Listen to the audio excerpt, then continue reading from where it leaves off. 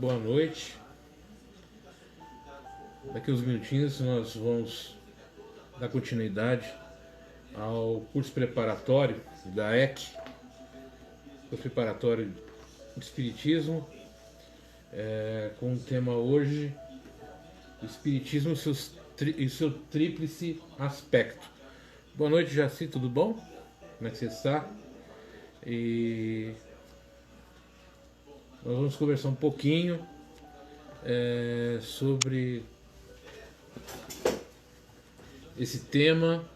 Vamos falar um pouco sobre a parábola dos trabalhadores da última hora e também tirar esse momento que nós estamos aqui agora para relaxar um pouco, fazer um contato, uma aproximação maior com a espiritualidade também, sempre lembrando que as atividades ligadas aos cursos da casa, a gente sempre começa uma preparação, uma prece, para a gente pedir e agradecer a participação dos amigos espirituais e que durante essa atividade nós sejamos acolhidos, refeitos dentro das necessidades espirituais, psicológicas, para que a gente consiga dia após dia ter conhecimento, né, e ter forças para ultrapassar as dificuldades do momento. Não é um período fácil, a gente já sabe disso, né? Mas a gente precisa manter a cabeça focada no melhor, naquilo que é melhor, com equilíbrio. Então hoje é um dia para isso, né? É um dia para a gente se manter equilibrado, um dia para a gente entrar em contato com a espiritualidade e receber dos nossos amigos espirituais o amparo necessário, a força necessária e seguir em frente, né? Muitos talvez que entrarem hoje ou assistir esse vídeo não são espíritas, mas só para fazer lembrar um pouquinho do motivo, né? Então, umas 3 ou 4 semanas atrás, quando tudo ficou, as atividades na casa foram suspensas em virtude dos acontecimentos, né? A gente resolveu fazer essa atividade através da internet.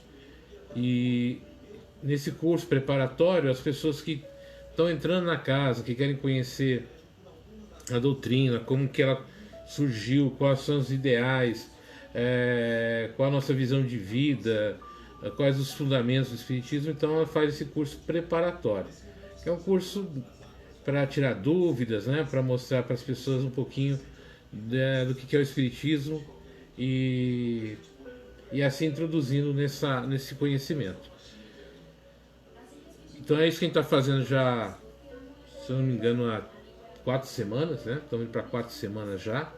E a ideia é que a gente possa continuar trabalhando para ajudar e melhorar esse ambiente que estamos vivendo agora.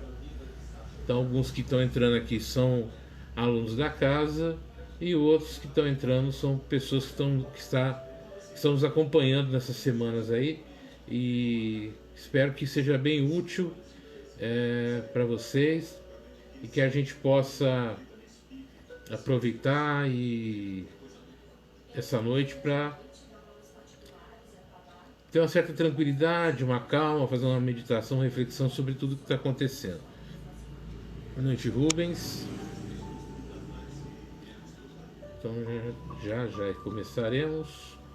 Deixa eu ver uma coisa aqui.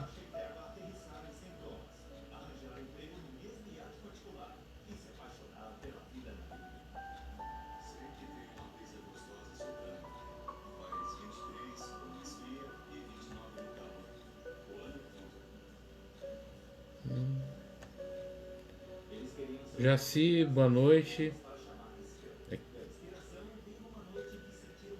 Helenice, boa noite também.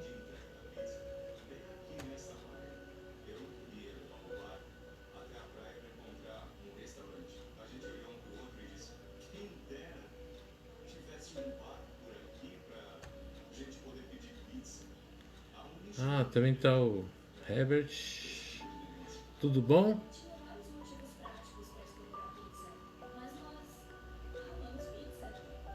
O Herbert também está aí assistindo. Boa noite. A Josélia. Boa noite, Josélia.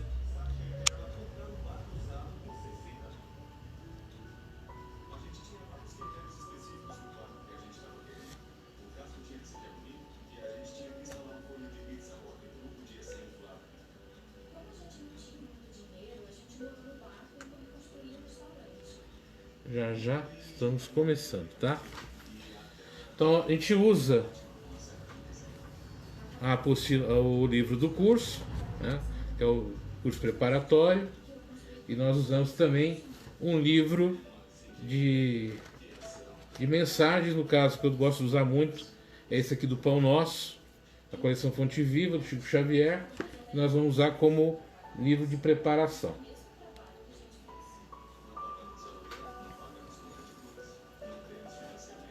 Então eu vou pedir para vocês que estão aí já, né, a gente vai começar já a aula. Então eu vou pedir que vocês, onde vocês estiverem aí, se colocar numa posição confortável, respira calma e tranquilamente, deixar de lado as emoções, os pensamentos do dia, de coisas que possam ter colocado vocês em uma situação de desarmonia ou de uma sensação não muito boa. Vamos colocando isso de lado. Sandra, boa noite. E vamos relaxando para dar oportunidade aos nossos amigos espirituais, dos nossos mentores que estão sempre perto da gente, nunca nos abandonam, estão sempre ali esperando que nós solicitemos, estão sempre nos inspirando para que a gente possa ter uma aula tranquila, sossegada, e que ao final a gente termine essa atividade refeitos, tranquilos e calmos. Então assim vamos elevando nosso pensamento à espiritualidade maior, ao Deus do nosso coração, ao Deus da nossa compreensão, agradecendo aos amigos espirituais aqui presentes, aos amigos da sala espiritual que sempre nos acompanham, e quando estudamos tanto nós encarnados quanto os desencarnados. Então é uma cooperação. Que os nossos mentores nos inspirem, nos oriente na noite de hoje, para que possamos levar a todos que estão assistindo, participando, a melhor informação possível, e que durante esse período que estivermos juntos, possamos receber a espiritualidade, energias de refazimento, de acolhimento, de apoio, inspirações, fortalecimentos para ultrapassar essas horas de difícil entendimento que estamos passando. E também pedir aos amigos espirituais que inspirem através da figura do Cristo os nossos governantes, para que encontrem uma saída com mais calma, com mais tranquilidade, para que tudo seja harmonizado e que acabe o mais breve possível. Que assim seja. Maria de Lourdes, boa noite. Diana, boa noite. O que mais está aqui, né? Boa noite a todos. Então vou pegar aqui no Pão Nosso, na mensagem 111, a mensagem é: granjeai amigos. Também vos digo, granjeai amigos com as riquezas. Também vos digo, granjeai amigos com as riquezas da injustiça. Jesus, Lucas 16:9. Bárbara Agnes, boa noite. Se o homem conseguisse, desde a experiência humana, devassar o mistério profundo, chegaria mais rapidamente à conclusão de que todas as possibilidades que o felicitam em conhecimento e saúde provém da bondade divina, e de que a maioria dos recursos materiais à disposição de seus caprichos procede da injustiça. não nos cabe particularizar e sim deduzir que as concepções do direito humano se originaram da influência divina, porque quanto a nós outros somos compelidos a reconhecer nossa vagarosa evolução individual, do egoísmo feroz para o amor universalista, da iniquidade para a justiça real. Bastará recordar, nesse sentido, que quase todos os estados terrestres se levantaram há séculos sobre conquistas cruéis, com exceções, os homens têm sido servos disparadores que no momento do ajuste não se mostram à altura da mordomia. Eis porque Jesus nos legou a parábola do empregado infiel, convidando-nos à fraternidade sincera, para que, por meio dela, encontremos o caminho da reabilitação. O Mestre aconselhou-nos a granjear amigos, isto é, dilatar o ciclo de simpatias, em que nos sintamos cada vez mais intensivamente amparados pelo espírito da cooperação e pelos valores intercessores. Se o nosso passado espiritual é sombrio e doloroso, busquemos simplificá-lo, adquirindo dedicações verdadeiras que nos auxiliem por meio da subida áspera da redenção.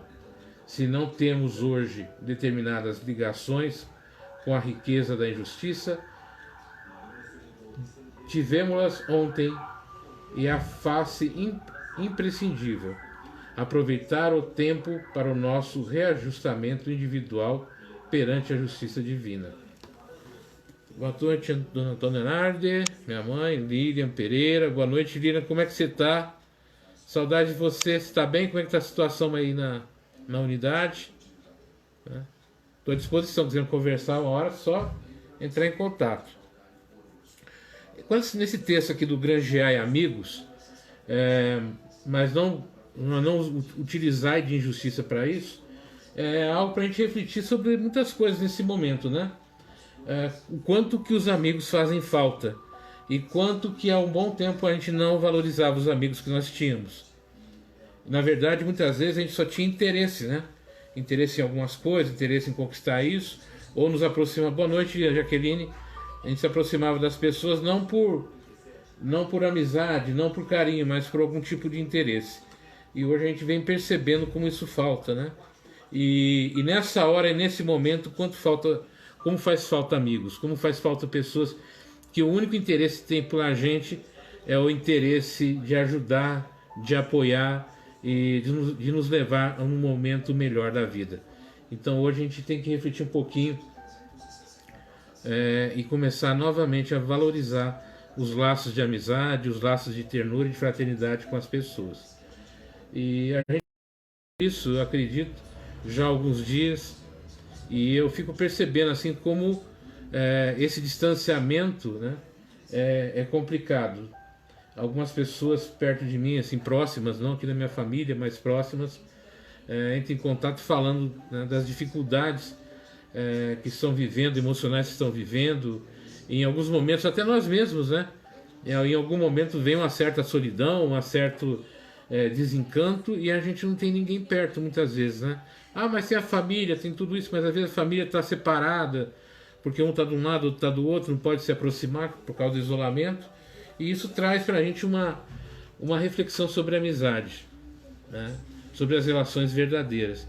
Então está na hora de a gente começar a rever isso, né? Começar agora a trabalhar essa nova visão de vida de uma forma mais fraterna, mais sincera, e começar a valorizar realmente as pessoas que estão em nossa volta. Valorizar de verdade a vida. Falando isso, né? A gente já vai dar entrada no nosso tema de hoje. Boa noite, Sandra. Que é o tríplice aspecto do Espiritismo. Então o Espiritismo ele se caracteriza dentro da nossa visão, da nossa concepção, num tripé, que seria a ciência, a filosofia e a religião. O Espiritismo ele não nasce como uma religião, né? Ele, como o budismo também, também não é visto como uma religião, mas sim como uma filosofia de vida, como um jeito de se viver, uma forma de se viver, e dentro desse jeito de se viver existe a parte religiosa, existe a parte filosófica e existe a parte científica. E a gente vai conversar um pouquinho mais sobre isso. O Kardec, no início do livro do que é o Espiritismo, que é um livro anterior, que o pessoal fez bem depois, para uma introdução ao Espiritismo, no prólogo ele fala o seguinte, né? O Kardec define o Espiritismo como sendo uma ciência que trata da natureza, origem e destino dos espíritos, bem como de suas relações com o mundo espiritual. Então, para nós aqui, né, o Espiritismo ele vem para explicar, para estudar, para entender a nossa relação com a espiritualidade, com o mundo espiritual. Como é que isso funciona? Como é que funciona a encarnação, a desencarnação? Como é que funciona, quais os conceitos? Isso é a parte científica, a parte filosófica, né? Como é que é esse conceito de caridade? Por que a gente fala tanto de caridade, auxiliar o outro, da reforma íntima, de mudar a forma de ver a gente? Então isso é uma questão filosófica. E a parte religiosa é a nossa crença, sim, em Jesus, que nós somos de uma linha cristã. Nós temos Jesus como o nosso exemplo, né, com o nosso exemplo de vida, ele é o nosso norte. Só que nós vemos Jesus de uma maneira pessoal, dentro da nossa visão espiritual, que é um pouco diferenciada. Então a gente vai conversar um pouquinho sobre isso hoje, né? E aí Kardec continua em uma outra passagem, ele diz o seguinte, ele acrescenta: o Espiritismo é ao mesmo tempo ciência experimental, doutrina e filosofia, e doutrina filosófica. Como ciência prática, tem a sua essência nas relações que se podem estabelecer com os espíritos. Tem a sua essência nas relações que pode estabelecer com os espíritos. Vou fazer uma observação. O espírito que a gente fala é o espírito encarnado e desencarnado. Nós somos seres espirituais vivendo uma experiência física, uma experiência corporal, mas somos em essência seres espirituais. O que seria isso? Qual é a nossa visão nesse ponto? Nós não vemos a espiritualidade como se fosse seres desassociados, que não fazem parte da nossa existência, como a gente fosse uma criação à parte. Não, nós estamos vivendo uma experiência material, e essa vivência material vai nos trazer experiências para melhorarmos na nossa quando estamos vivendo fora dessa vivência física. Então isso é a parte, vamos dizer assim, científica do Espiritismo, né? E como ciência prática tem a sua essência nas relações que podem estabelecer com os espíritos, como filosofia, ele compreende todas as consequências morais decorrentes dessas relações. Quais essas decorrências morais? Como é que eu me relaciono tanto com o meu irmão encarnado quanto com o meu irmão desencarnado? Quais as relações que eu tenho por ele? Durante muito tempo a gente sempre percebeu, em todos os segmentos, que as pessoas acreditam em santos, acreditam em almas, todo mundo acredita na espiritualidade, só que de uma forma diferente. E muitas vezes, quando eu vou procurar espiritualidade, qual é a forma desse meu contato? Muitas vezes eu vou para procurar, para saber como é que vai ser o futuro, como foi o passado, para conseguir alguma coisa, para pedir alguma coisa. Isso é uma relação moral com essa espiritualidade. Nós procuramos estudar qual é a maneira mais correta de estabelecer essa relação. Como é que a gente pode estabelecer uma relação realmente ética, moral e correta, né, com a espiritualidade e com as pessoas em volta da gente. Então ele diz, seguindo esse preceito, pode-se observar do pensamento do codificador que o Espiritismo reveste-se, né, desses três distintos, mas complementares focos: ciência experimental, doutrina filosófica, boa noite, altas horas, e as consequências morais decorrentes das duas anteriores. Então, qual é a minha relação com a espiritualidade? Como é que eu me relaciono com ele? Quando você faz uma prece para o teu mentor, para o teu anjo de guarda, para o teu espírito protetor, para o teu santo de devoção, para um anjo protetor, como é que você dirige a ele? Qual o tipo de relação que você tem com ele? Como é que você estabelece essa relação com essa energia, com essa divindade, com esse ser, ou como você define? É isso que a gente estuda, como é que estabelecer isso, como é que a gente pode ter uma relação realmente melhor com a espiritualidade.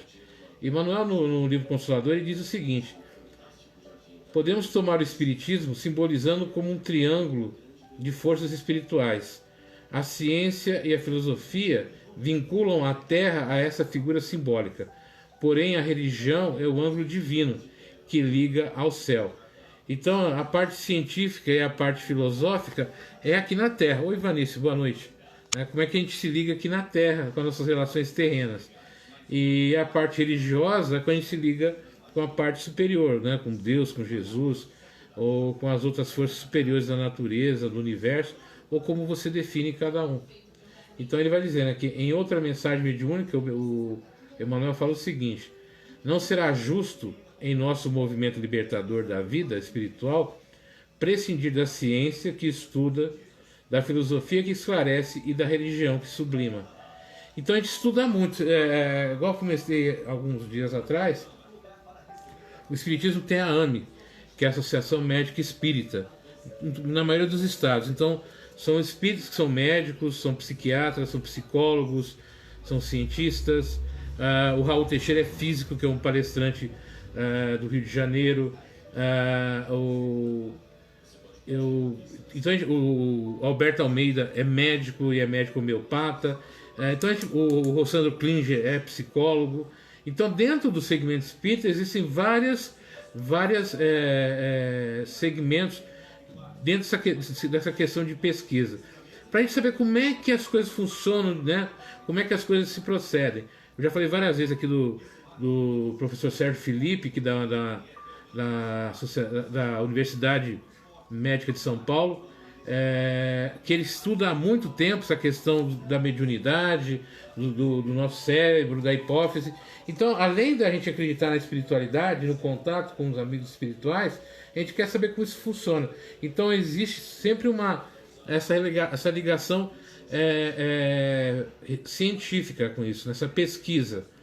Na parte filosófica, né, só a nossa literatura mesmo, são os livros que nós trazemos, são os romances espíritas, são os temas espíritas, a parte moral, a parte filosófica do espiritismo. O que é a parte filosófica? De onde viemos, para onde fomos, como vivemos, como podemos nos relacionar melhor com as pessoas, que é a parte filosófica. E tem a parte religiosa, que é o nosso contato com Deus, com Cristo, né, e com as forças criadoras do universo. Então tudo isso faz parte desses aspectos do espiritismo, né? O espiritismo e ciência. No aspecto científico, o espiritismo demonstra a existência da alma e da sua imortalidade, principalmente através do intercâmbio mediúnico entre os encarnados e os desencarnados. Preocupa-se em estudar a intimidade do fenômeno mediúnico, suas consequências na vida das pessoas, bem como as características do ser espiritual, sua origem, sua natureza e seu destino. O aspecto científico do espiritismo foi desenvolvido em duas obras de Allan Kardec, o Livro dos Médiuns e a Gênese. Essa questão aqui da mediunidade, gente, eu sei que tem muita gente aí que tem vários questionamentos sobre isso. Fora do Brasil, na Rússia, nos Estados Unidos, eles têm uma visão da ligação espiritual diferente da nossa aqui, né? Eles não veem a parte espiritual como a gente vem aqui. Mas você vai encontrar fora do Brasil, principalmente na União Soviética, em vários países que estudam há muito tempo a questão da mediunidade, desse contato entre esses mundos. É muito estudado lá fora, pesquisado, e não só visto não visto só como uma questão religiosa ou como uma questão de sincretismo, Porque essa manifestação religiosa, espiritual, você vai encontrar no Espiritismo, você vai encontrar nas religiões afro, você vai encontrar na próprio cristianismo ou no segmento evangélico protestante, quando você fala a questão do Espírito Santo, de falar em línguas, de profetizar e tudo isso. Então, essa ligação, essa comunicação entre os homens e os que estão desencarnados sempre houve. É claro que o ponto marcante é quando Moisés retorna das montanhas com as placas, com os 10 mandamentos, e vê aquela confusão nas tribos de Israel, adorando o touro que eles trouxeram do Egito, esse culto. E naquela época era muito comum você consultar videntes, consultar oráculos e tudo. E ele, para disciplinar aquilo, ele proíbe naquele momento, vamos dizer assim, esse contato com o mundo espiritual. Que ele fala não falar com os mortos. No nosso caso, a gente não conversa com os mortos, porque a gente não acredita na morte, né? A morte do corpo físico, né, a nossa visão é quando o corpo físico, tirando algumas questões de suicídio, de outras coisas, mas é quando o corpo físico ele chega ao final das suas energias, ele chega no final, boa noite, Leandro, do seu trabalho, da sua missão aqui, vamos dizer assim, e ele se decompõe e o espírito volta para a espiritualidade. Ninguém toma corpo de ninguém, sabe? São muitas lendas que existem aí. Então acabou aquele espírito, ou o espírito que habita nesse corpo que você está falando com vocês, ele vai voltar para a espiritualidade e continuar seu processo evolutivo. E vai retornar várias e várias vezes ao mundo terreno para desempenhar outras tarefas, outras atividades, e isso utilizando, boa noite, Leandro, utilizando o corpo necessário para aquilo. Então a gente não usa isso é um detalhe assim que às vezes as pessoas confundem. Então a gente não conversa com mortos, a gente conversa com espíritos, com irmãos que estão numa outra dimensão, num outro estágio vibracional. E isso acontece através da mediunidade. Sempre houve essas comunicações, mas a palavra mediunidade, que foi criada por Kardec, o médium ele é um intermediário, né? Vamos dizer assim, ele é um carteiro, como diria Chico, né? Eu sou só um carteiro, eu só recebo cartas e as entrego, ele dizia isso, né? Então o médium é o intermediário entre o mundo espiritual e o mundo material. Então as mensagens que vêm do mundo espiritual vêm através do médium e é reportada para o mundo físico. Mas isso é uma coisa que talvez a gente consiga ainda conversar nesse período ainda de isolamento. Eu espero que acabe rápido esse negócio aqui, né, e a gente volte à normalidade para a gente conversar mais presencialmente. Na parte filosófica, qual é a concepção filosófica do Espiritismo? Quando o homem pergunta, interroga, cogita, quer saber o como e o porquê das coisas, dos fatos, dos acontecimentos, nasce a filosofia, que mostra o que são as coisas e o porquê das coisas. No aspecto filosófico, o Espiritismo vai preocupar-se com os problemas do homem, suas dúvidas, seus questionamentos, sua condição de ser eterno, em busca da divindade, através das múltiplas existências físicas. Vai falar sobre os atributos da divindade, suas relações com o homem, e vai apresentar um código moral através do qual a criatura se identificará um dia com o seu Criador. O aspecto filosófico se encontra, no caso aqui, né, no livro, também na codificação, no livro no Evangelho segundo o Espiritismo, né? Isso é isso mesmo? Isso. No livro dos Espíritos, desculpa. O Espiritismo e religião. Então, ao ser indagado quanto ao aspecto da religião, do Espiritismo, o médium Francisco Xavier assim se manifestou na entrevista que ele deu em 97. Que ele deu numa dessas várias entrevistas, né? Poderíamos figurar, por exemplo, a ciência como sendo a verdade, a religião como sendo a vida e a filosofia como sendo a indagação da criatura humana entre a verdade e a vida. Né? Então a gente se pergunta muito, não é pelo fato de você ter uma visão, ser espírita, ter uma visão espiritual da vida, que você aceita tudo como vem. Né? Pelo contrário, você vai estudar, vai refletir para ver como é que estão as coisas. E coloca assim também, né? Como religião, o espiritismo preocupa-se com as consequências morais do ensino científico-filosófico, buscando na ética pregada por Jesus os elementos que deverão nortear a conduta do homem. No entanto, não se trata o espiritismo de uma religião constituída, tradicional, estruturada através de rituais, sacramentos, dogmas e classes sacerdotais, mas sim uma religião no sentido etimológico do termo, como religário, ou seja, elemento de ligação da criatura com o seu Criador. Então, no Espiritismo, não existe o sacerdote. Então, não existe uma formação de sacerdote espírita. Não existe no Espiritismo um dogma e rituais estabelecidos. Olha, você vai ter que usar isso. Há muito tempo atrás, você via muito espírita, né, que usava roupas brancas, mas isso não era uma coisa assim, não era uma obrigação. Era uma forma diferente que o pessoal nos anos 70, 80, 90, até antes tinham, né? Então, o espiritismo não tem ritual, não tem dogma, não tem, e não tem uma estrutura sacerdotal. Por exemplo, eu faço parte de uma instituição religiosa espírita, eu entrei, estudei, participei, e quando apareceu a oportunidade de fazer palestra, eu fui participar. Mas não existe a figura do sacerdote, né? Não existe a figura da religião nesse sentido, né? Eu não tenho um bispo para me reportar, eu não tenho um pastor para me reportar, eu não tenho um papa, eu não tenho nós temos as nossas federações, que são grupos de pessoas que cuidam da parte legal, da parte burocrática do espiritismo, né? Nossa representação perante os meios jurídicos, sociais da comunidade.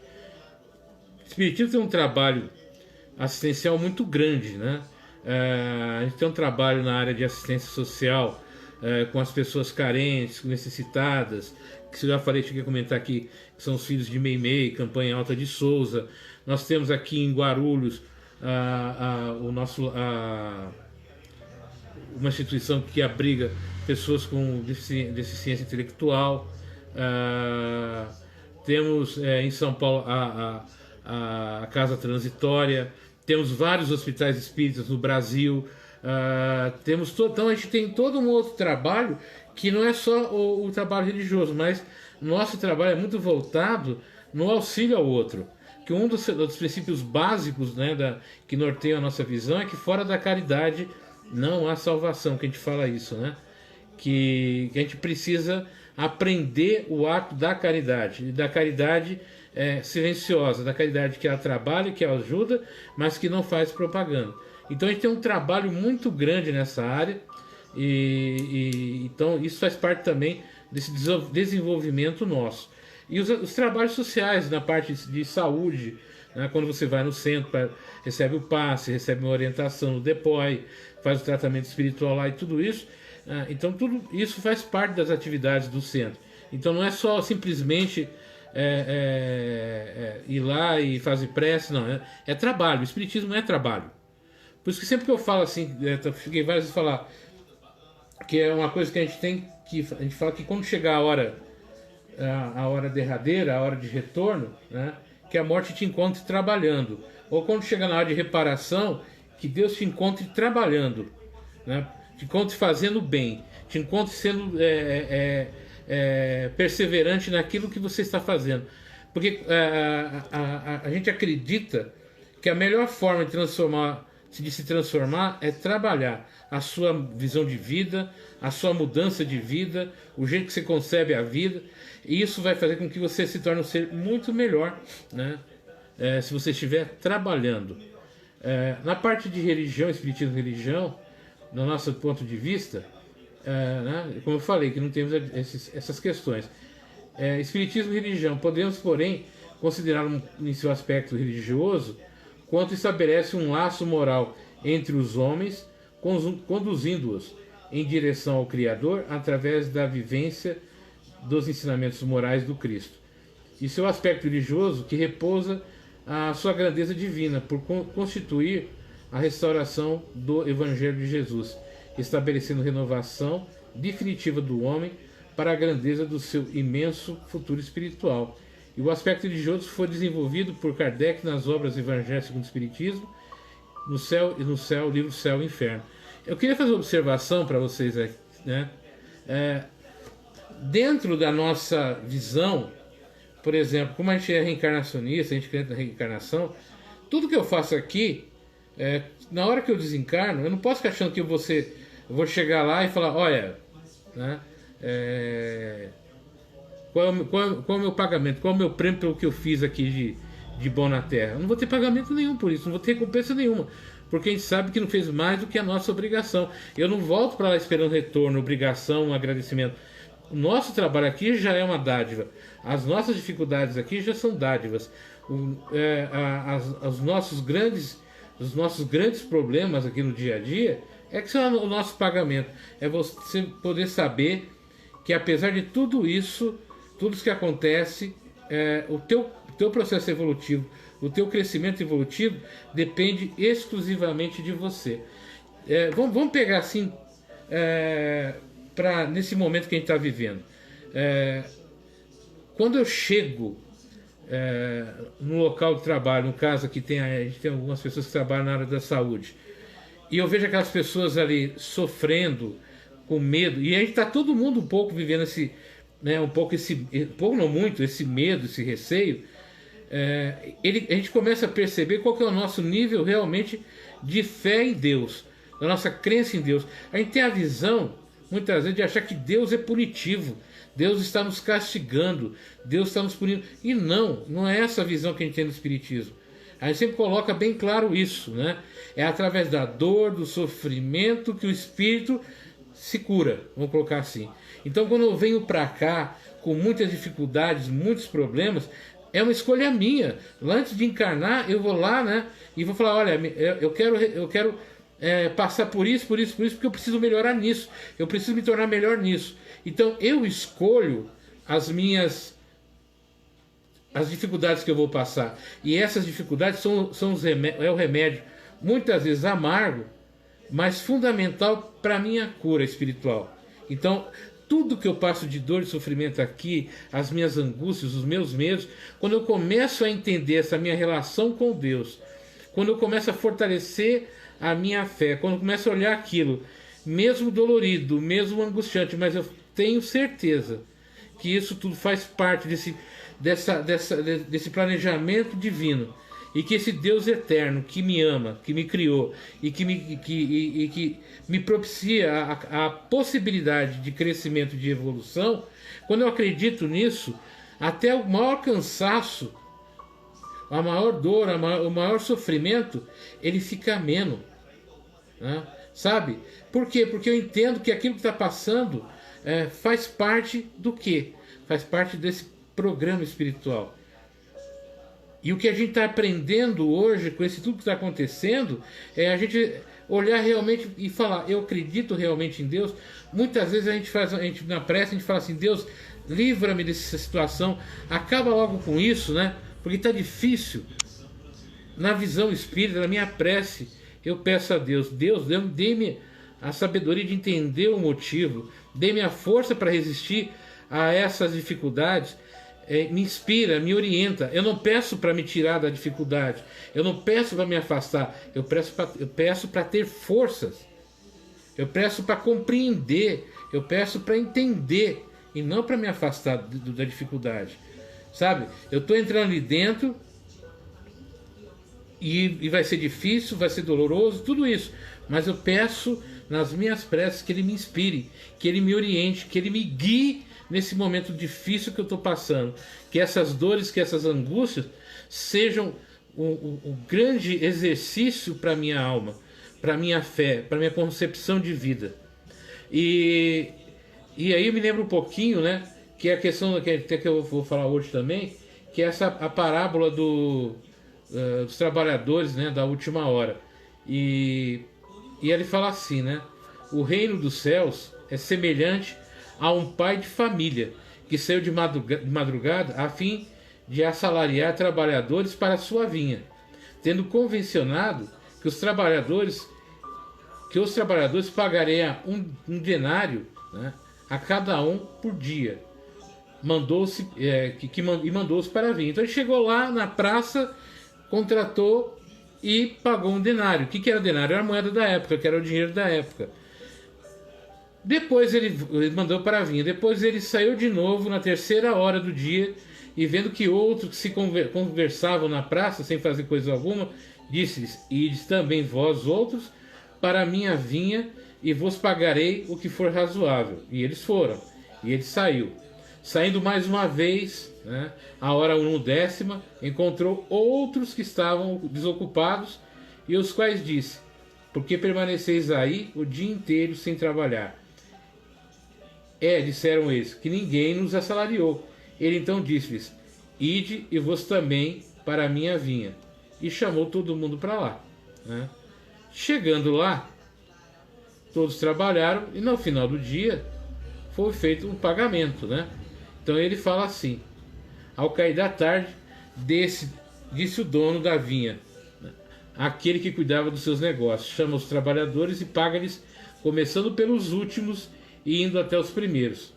Aproximando-se então os que só a 10ª haviam chegado, receberam um denário, e assim por diante até os que entraram primeiro. E aí o pessoal, né, recebendo o dinheiro, deixaram o pai de família dizendo: esses últimos trabalharam apenas 1 hora e lhes deu tanto quanto a nós, que suportamos o peso do dia de calor. Mas respondendo, disse o dono da vinha a um deles: meu amigo, não te causo dano algum. Não convencionastes comigo receber um denário pelo teu dia? Toma o que te pertence e vai. Apraz-me a mim dar o último tanto quanto dei a ti, né? Então, ou seja, o pessoal questionou: eu entrei de manhã e deste um denário. O pessoal entrou aqui no final do dia, trabalhou 1 hora e ganhou a mesma coisa. E ele fala: o que eu combinei com você? Não foi por dia de trabalho um valor X? E eu, como dono da vinha, decidi dar aos outros o mesmo valor. Então você não tem prejuízo nenhum. E essa é uma visão, né, que a gente precisa compreender. Que muitas vezes a gente fica olhando quanto o outro está ganhando pelo tempo trabalhado, né, pelas dificuldades que passa, e a recompensa que tem. E muitas vezes a gente fala: nossa, eu trabalho tanto, eu passo tantos problemas e tem uma recompensa X. O outro trabalhou menos, tem o mesmo valor que eu. Mas o que foi combinado com a gente, né? Qual que foi a combinação? A combinação foi para ganhar por hora? A combinação foi pelo tempo trabalhado? Não. E cabe ao dono da vinha dizer quanto que cada um vai ganhar. Mas a gente, na nossa arrogância, muitas vezes, começa a questionar. É essa relação com Deus. Então Deus dá para cada pessoa, para cada filho seu, aquilo que ele combinou. E cabe a Deus também, conforme a visão dele, dar àquele com menos tempo, na nossa ponto de vista, dá o mesmo valor que ele dá. Então Deus não faz diferença. Uma das explicações para essa parábola que diz o seguinte, né? Que Deus é o pai de família, a vinha é o universo, os trabalhadores, os seres humanos. O trabalho na vinha é o trabalho no bem, né? As horas, qualquer período de tempo, e o salário é a felicidade. Então ele divide assim essa explicação: Deus como pai, né, de família, aquele que te chama para trabalhar; a vinha é o universo, esse mundo que a gente vive; os trabalhadores somos nós, seres humanos. O trabalho na vinha é o trabalho no bem, é fazendo o bem. E as horas é qualquer período do tempo que você tira para fazer o bem. E o pagamento é a felicidade. Já para pensar nisso, que o pagamento desse trabalho é a felicidade? Então muitas vezes eu trabalho horas e horas e horas e horas no bem. No bem. E às vezes eu só tenho 1 hora para ofertar do meu dia, mas no bem. Então se eu tenho muito tempo para fazer o bem, que eu use esse muito tempo que eu tenho no bem. E se eu tenho pouco tempo para fazer esse bem, que eu trabalhe essa 1 hora no bem, que o pagamento é o mesmo, é a felicidade do trabalho no bem. Aparentemente o conflito de ideia de um Deus justo, né, com o modo pelo qual o senhor da vinha remunerou os trabalhadores, temos duas opções para alimentar o conflito, né? Ou supomos que Jesus de fato pretendeu caracterizar Deus como injusto, ou revemos nossa impressão inicial de que o comportamento do Senhor da vinha foi injusto. Ora, como a primeira alternativa é insustentável, face o conjunto dos ensinamentos cristãos, temos de desenvolver a segunda opção. Para tanto, começamos atentando para o seguinte. Então vamos lá, novamente vou falando, né? Temos duas opções, né, para eliminar o conflito. Ou supomos que Jesus de fato pretendeu caracterizar Deus como injusto, ou revemos nossa impressão inicial de que o comportamento do Senhor da vinha foi injusto. Ora, como a primeira alternativa é insustentável, face ao conjunto de ensinamentos cristãos, temos de desenvolver a segunda opção. Para tanto, comecemos atentando para o seguinte. Então eu estou explicando para vocês a parábola. O pai de família pagou aos trabalhadores da primeira hora exatamente o valor combinado, de modo que não os prejudicou, como ele mesmo lembrou quando eles se aproximaram. Quanto aos demais, a parábola nada diz sobre o acerto de salário, sugerindo-se que os trabalhadores aceitaram a oferta de trabalho sem precondições. O próprio senhor da vinha justifica a sua ação, dizendo que foi um ato de bondade, o denário que mandou dar aos que foram convocados mais tarde. Seria, pois, parte da remuneração pelas horas que trabalharam e parte como auxílio espontâneo.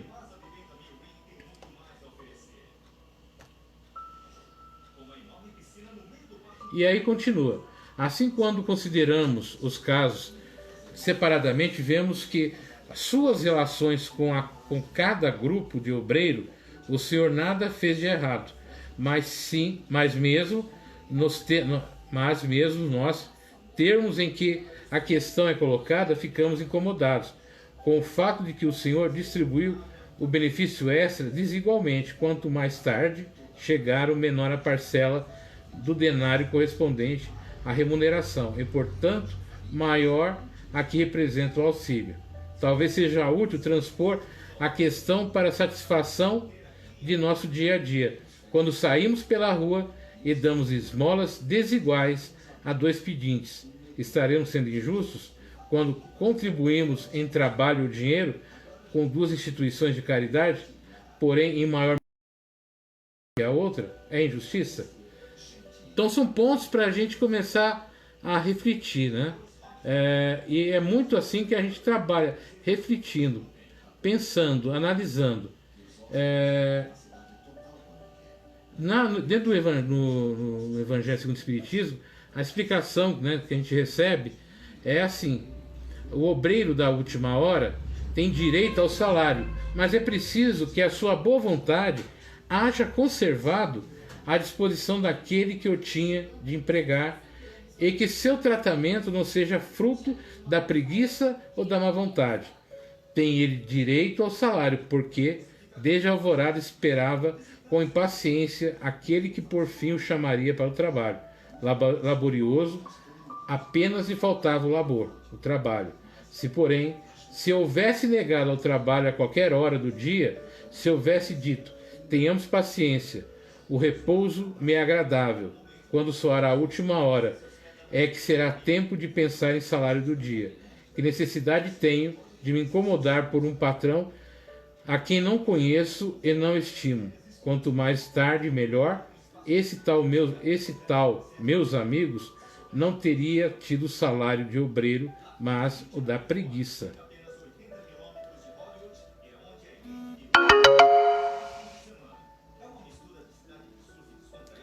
Então, nessa parábola, por que eu estou colocando isso aqui junto com o nosso tema, né?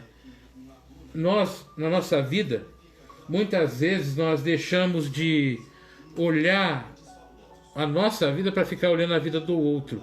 A recompensa que o outro recebe, o tempo que o outro trabalha, as dádivas que o outro recebe, mas não conhecemos de fato toda a existência do outro, todas as dores do outro, as felicidades do outro. A gente não conhece, a gente só vê uma parte externa. E nesse tempo que eu fico me preocupando mais com o que o outro recebeu e por que o outro recebeu, eu esqueço de fazer a minha parte. Então a gente tem que aprender na nossa vida a não questionar porque fulano, ciclano, beltrano tem uma condição melhor, uma vida melhor, mas é entender o que eu posso fazer para a minha vida com as condições que eu tenho, com as ofertas que eu recebo.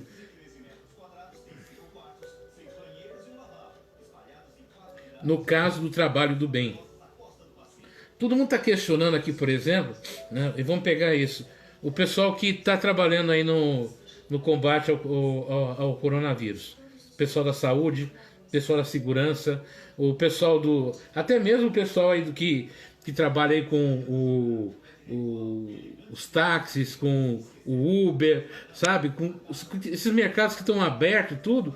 Mesmo porque se eles não estivessem funcionando, como é que nós estaríamos... Quem está dentro da sua casa, protegido, né, como é que ele estaria vivenciando?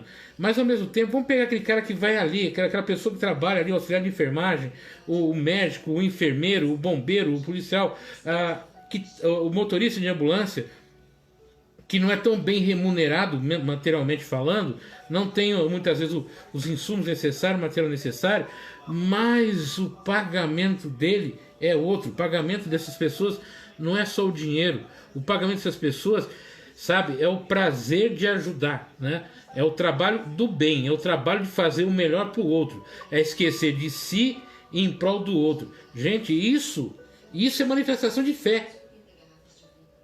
Não é para fazer alguma coisa esperando, sabe, o quanto que vai cair na minha conta, o quanto que isso vai me dar de retorno, mas o quanto que eu vou levar de bem para o outro, para a família do outro, para aquelas pessoas que vão no hospital sabendo que o seu ente querido está vivo e vai sair bem dali, né? E ao mesmo tempo dar o ombro para aquela pessoa que vai sair, vai procurar o seu ente querido e ele já não vai estar mais entre os vivos. E da mesma forma, todos aqueles que trabalham, o que estão vivenciando. Então a fé a gente manifesta nos momentos mais difíceis da nossa existência. A gente manifesta a nossa fé nos momentos mais cruciais da nossa existência, onde a gente tem a opção de agir como os trabalhadores, né? Da primeira hora e da última hora. Que fica olhando aquele que entrou sabe, no último momento. Imagina você numa situação 24 horas trabalhando, ajudando, salvando alguém, fazendo o melhor, já está cansado, está exaustivo. E naquela última hora aparecem pessoas para te ajudar. A levar até o fim aquele trabalho.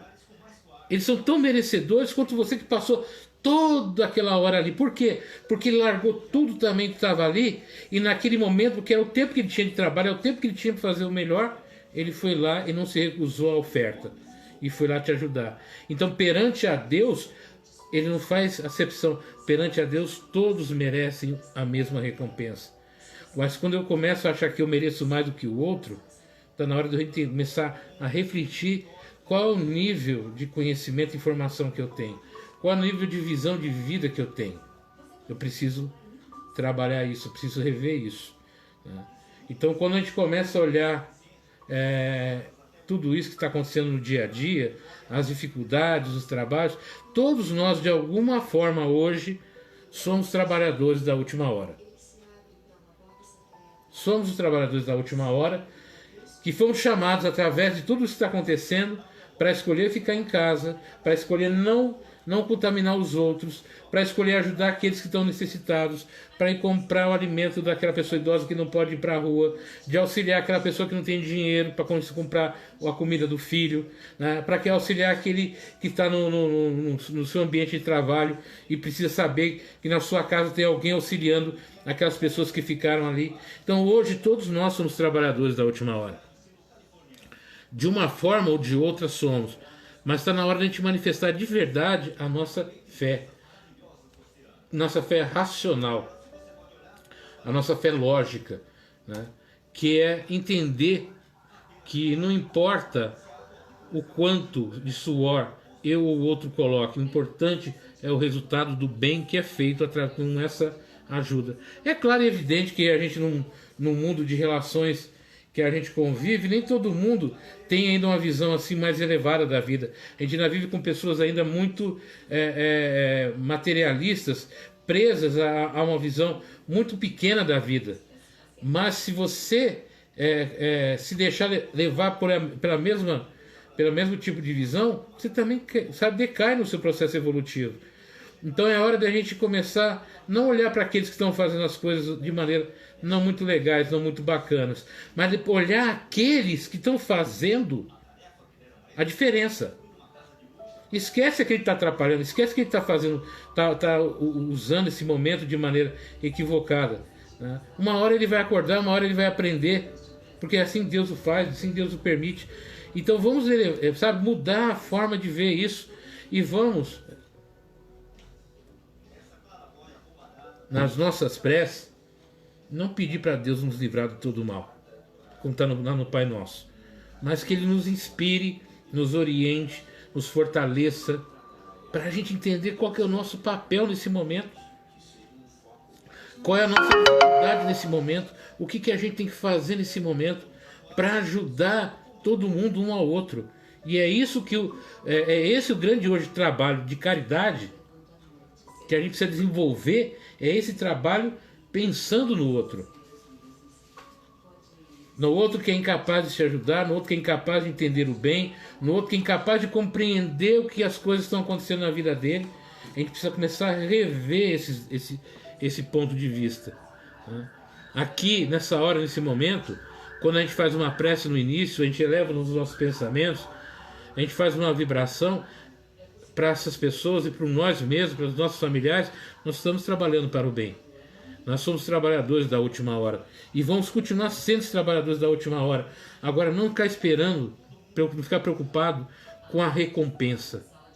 Vamos fazer o nosso trabalho da melhor maneira possível e vamos orar bastante. Vamos mostrar a Deus através do nosso testemunho de vida qual é a fé que a gente possui, a crença que a gente possui, e realmente trabalhar pelo bem maior. E que a gente possa levar, através dos nossos pensamentos, do nosso amor, de uma visão diferente de vida, levar para essas pessoas e para a gente mesmo uma visão melhor para o futuro.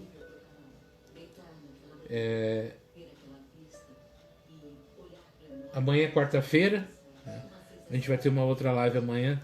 Eu vou falar um pouquinho mais sobre essa questão também de... Mas vai ter um outro tema bacana também, de motivação, de sabe, levantar os nossos ânimos aqui.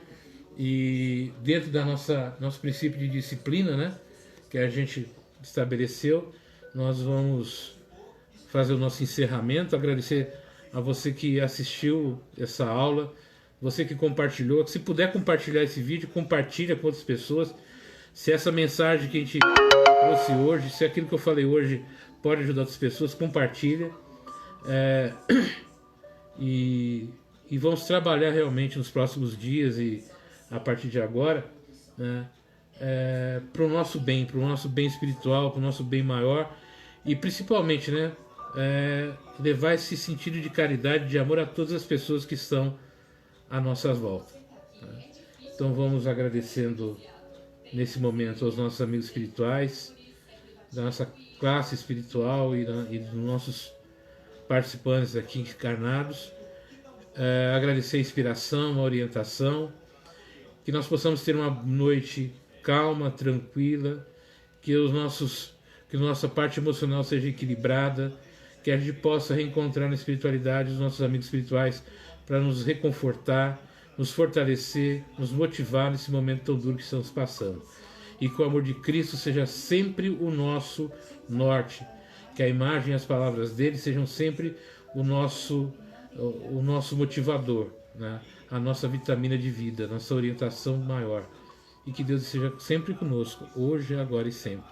Pessoal, muito obrigado pela participação. Até amanhã e tenha uma ótima noite.